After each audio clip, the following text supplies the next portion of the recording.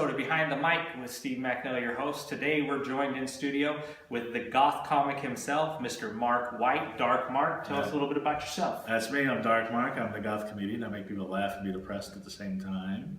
I was doing comedy in LA for years and then moved to New Orleans.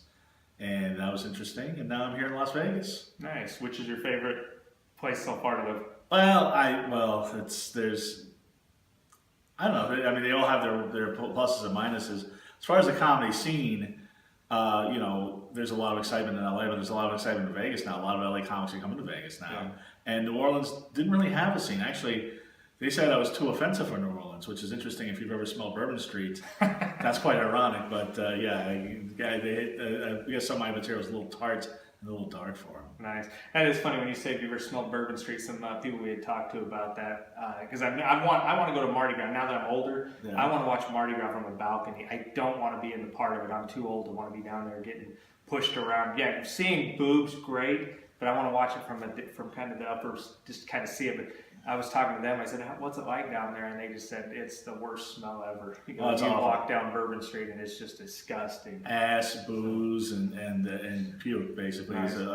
And so you kind of got to go to a concert and ask for the balcony seats. You know what? Now I would rather be. Yeah, I'm not big into the pushing, the moshing, all that shit anymore. When you get in your 40s, man, you just start going, yeah, it's cool. Well, when you bump into somebody, you're like, oh, I'm sorry, man. They're like, you want to fight? I'm like, no, I'm good, dude. Well, it's weird, and I hate to sound, I must be getting older because mosh pits have changed since I was a kid. When I was in high school and college, people in mosh pits actually used to mosh against each other and slam against each other. Now they just slam everybody else around the pit, and if you're in the pit, they don't even touch you. I mean, they got people standing in the middle like this, like, what are you doing? Yeah. These kids today, they don't know how to mosh. Damn kids. We had MTV when I was a kid. We knew shit like this. Right. Now you get this keys where they put the stupid reality shows on, which aren't reality, by the way. Although I would like to get 16 and pregnant, that girl in the mosh pit. That'd be great.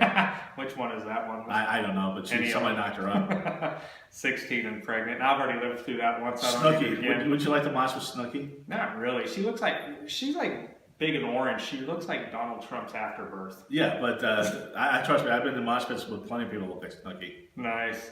I'm not big into that accent. I'm such a West Coast guy when I hear people talking with that, oh my God, man, when they got that New Jersey and that Jersey accent. Hey, how you doing? Oh my God, I'm hey, like, Steve, how you doing? Hey. Yeah, and when it's a girl like that, she grabs her crotch and spits while she's talking. It's really just not attractive to me. Oh, it's very attractive. It's very attractive to me, except for the orange tan. I don't like dance. I'll tell you what is sexy though. I did a goth festival in Chicago. And I rented this dominatrix, and she had a total Midwestern Chicago accent. She's like, "I'm gonna spank your ass," and I was like, it was so hot. Right here in Chicago. I'm here in Chicago. Let me put you up in chains. I'm gonna spank your ass, and I was like, oh, I'm in love. And then also they had a lesbian there, which that happens. But the lesbian looked exactly like me. She had the same haircut, same build, same height, same weight, wearing the same black suit. It was like Lucille Ball when she was there with Harpo Marx, we were doing like this. Except she had a beautiful woman with her, and I was, I went home and jerked off to the girl and said, I want to spank your ass. So that was my Chicago trip. That was fun. That's funny. It's like, the weirdest when, the old, I wish they all could be California girls. They do that whole song where it's talking about Midwest farmers' daughters and down south. I mean, the funniest thing is when I used to deal with a lot of people that were from like the South, you would talk to them. The men sounded like that single-digit IQs with their southern drawl. Yeah. But the girls were like so damn sexy when they were talking about, oh, that is such a cute accent. And it's so cute on them, but then you listen, these southern belles talk great. But as soon as the dudes talk, you're going, oh my gosh, Jethro, did you just graduate the 6th grade? You're kind of like, what is wrong with that guy? But how y'all doing? Oh, it's so hot. But until the dudes say it, they're like, how y'all doing? Yeah. But you say that, but it's funny because I remember seeing an interview with Jeff Foxworthy where he said, because he is from the South, but he's an intelligent guy, and he said that people always underestimate him because every time he said stuff, they thought he was just a yokel, but he wasn't. He was, he's very intelligent. Larry the Cable Guy is too. One of my favorite Southern redneck style comics that speaks like that. There's two of them. I mean, Vic Henley is one of them. You know who Vic Henley is? Right. The guy is tremendous. How funny he is. He's a really hilarious guy. And Rodney Carrington's the same thing. Both of them are very funny, and they do have that Southern talk, the way they do it, and their hillbilly ways. But they're both intelligent guys and very funny. Well, to do comedy, you have to be intelligent. I mean, I shouldn't say that because everybody's doing comedy these days. So not everybody's intelligent, but to do be it. a great comic, you have to have some intelligence. To be a good comic, let's put it that way. I mean, you could tell the intelligent from the not-intelligent, no matter what the accent is.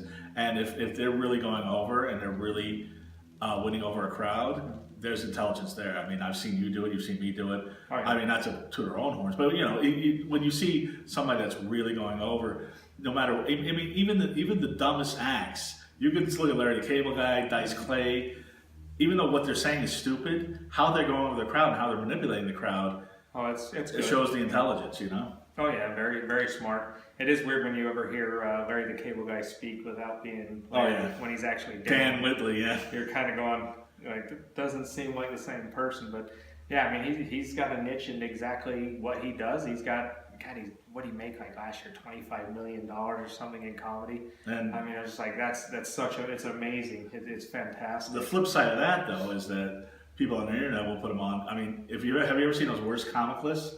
Oh yeah, he's on all of them. It's the same list every time. It's Dane Cook, Carlos Mencia, Larry the Cable Guy, Carrot Top, and it's like the guy, the ventriloquist guy, Jeff Dunham. Yeah, it's like these are some of the most successful comics, and maybe their material isn't the greatest, maybe it's a little hacky, but I got to tell you, you try to follow Carlos Mencia because I have. Yeah. And whether he steals or not, he's a dynamic performer. I've seen Larry the Cable Guy live, and I mean, I told somebody that. An LA alternative comic. I was like, I took my dad and my nephew to see Larry the Cable Guy.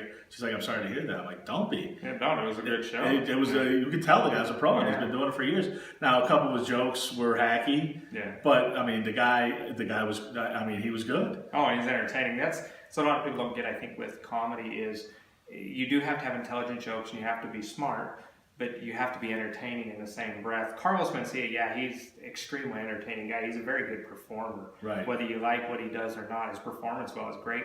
And it's the same even with Dane Cook. Dane Cook is a great performer. I actually like Dane Cook as an actor better. Yeah, we were talking about that last time. But me and my wife saw Jeff Dunham in Salt Lake City at a place called the Comedy Circuit about 25 years ago, roughly. He's been doing comedy for a long time. It was funny because the very first time we'd ever remember seeing him, he had him and Walter. They used to do like an old luggage commercial. Right. And back in probably about 1990, 91, and we'd seen him on the commercial. Never really think much about him because the internet was not around then. So you don't have the explosion of people that you know who they are. And we went and seen him at the Comedy Circuit. And man, it was one of the best shows we've ever seen. I mean, the guy was just fantastic. The Comedy Circuit was a small little, probably 75, 80 seat setup. It's the typical old comedy club that you just don't get too many places anymore. It's not a strip mall comedy club where the chairs are stacked next to them. Right. This was a little table with 2 and 3 seats tiered down like a theater. It was the most beautiful place. But yeah, we seen him in there up close and intimate. It was like, wow, the guy is tremendous. And then within the next 5 or 6 years, all of a sudden he's everywhere, making millions and millions. Just like, wow, it's impressive. He's had a weird career because he has been doing, like you say, for probably 30 years. He's been doing it most of his life. There was a documentary on him, if you've ever seen it. Yeah. It shows him he makes his own puppets. Yeah, he makes them. So yeah, but that shows how weird like the last comic standing is because people think, oh, these are new comics starting out. No, they're not new. They're. I mean, this guy has been a headliner for years. Yeah. And the thing is, even if you don't like his jokes, and I'll tell you, I haven't seen him in a while, but I mean, I don't find every single joke of his funny. But he can actually do the ventriloquist part. That's talent. Oh, yeah. You can't deny that. I mean, I can't do it. I mean, you can't deny that there's a talent there. Oh, yeah, it's true. Getting back to like what you're saying with the last comic standing in different competitions, and when you do go see somebody, most people think, oh, I've never heard of this guy, it must be new. I mean, I was talking about this with Alex a couple weeks ago on the show, where how long we've been doing it. How many years are you into this now? More than I'd like to say, to be honest with you. And but I mean, people, when Wendy Liebman was on America's Got Talent 2 years ago, Wendy Liebman had a special in '96. Yeah. Oh yeah. Well, it's last comic standing. I remember. I think it was like season 2 or 3, maybe 1. Tom Cotter and Carrie Louise were on there. Right. And the husband and wife. And Tom is one of the best comics in the country. Yeah, sure. He's just tremendous. Sure. And Carrie's probably just as funny as he is, because she's funny as can be too. But neither one of them actually even went on to win. And then Tom actually got on to America's Got Talent and finished second. He lost to dogs. Right. And you're like going, are you kidding me? That is talented. And don't get me wrong, we love dogs. I'm a dog person big time. My whole family is. But when you watch how good and talented Tom Cotter is, it kind of bums you out. Going, man, are you kidding me? Well, that guy should be getting these accolades because he is a tremendous talent. And I heard about the dog thing, but where are the dogs playing? Because didn't they get a show in Vegas? There, you know what? That was kind of the design. But if you look back at America's Got Talent, the only ones I've seen that have got shows or went on to do anything else pretty much is Terry Fader. Right. Which is, he's at the Mirage, I believe. But they got a guy at the link that won. Oh, yeah. Oh, you're right. Matt Franco. We actually just went and seen him. You're right. Yeah. Those two are the only ones I've seen. And Matt Franco is actually, he's pretty decent. He's good at what he does. I'm not a huge magician kind of guy. Mm-hmm. And don't get me wrong, there are a lot of people, but he is entertaining. He's not really a comedian. He's a magician, but he does have some entertaining stuff in there.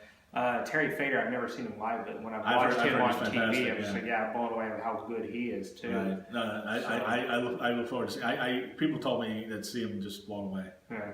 Well, God, we live here in the entertainment capital of the world. Live entertainment, put it that way. The entertainment capital of the world is Hollywood, but you're talking live. Well, that's kind of why Vegas. Yeah, that's kind of why I came here, because in LA there is live entertainment, but not so much. I mean, there's a lot of comics, but there's not a lot of rooms, and the comedy shows you're going to be on, for the most part, you're on there with, it's what they call bringer shows, where you're on with a bunch of, like, 15 people that are in a comedy class, and the people that you brought, you got to sit through that to get to you, and that's after buying 2 drinks.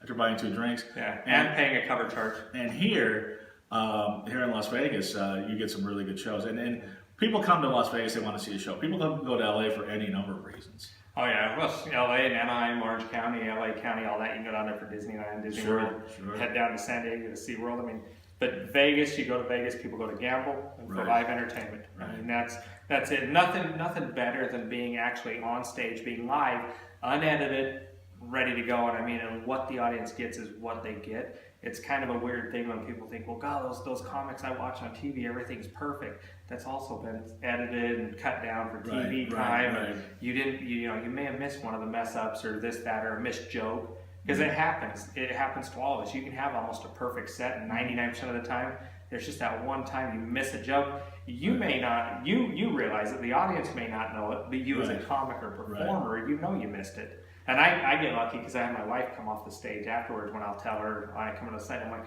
that felt pretty good, right? And she'll be like, yeah, except for you missed this joke or this word, and you missed this one. I'm going, okay. And it humbles me and makes me go, I got to get better. I'm glad her maiden name is Reality Check. Oh, yeah. Oh, no, she is. I think without her doing that to me, I think I would probably, my head would be bigger than it already is, but she keeps me in mind for it. Look at this thing. That's a big head. It is. So... But anyway, why don't you tell us a little bit more about anything plans you got coming up? Well, I got a few things coming up. Where I'm crossing my fingers. I've got I might have some festivals coming up real soon. Maybe in California, maybe in the Midwest. I'm working on a tour in the Midwest and a few things. But go to gothcomedian.com for all your. You're going to see. You can connect to my Twitter, my Instagram, my Facebook. They're all at Goth Comedian. And also follow me on YouTube because I'm doing my vlog, Viva Goth Vegas. I was just at the Mint 400. A lot of fear and loathing, beer, chicken dipping sauce in weird places. All sorts of things happened. And also the Dark Mark Show, my podcast, will have its 3rd anniversary March 31st, right before April Fool's. And we're working on some big stars for that. Nice. That ought to be pretty good. I appreciate everybody tuning in, and definitely keep following us along at home. And I'll put Mark's info up at the end. But keep following me definitely at stevemcAnally.com. We do appreciate you guys. Thank you so much, and pass this on to a friend. Have a great night. Make this head bigger than it really is. Definitely. Thank you guys.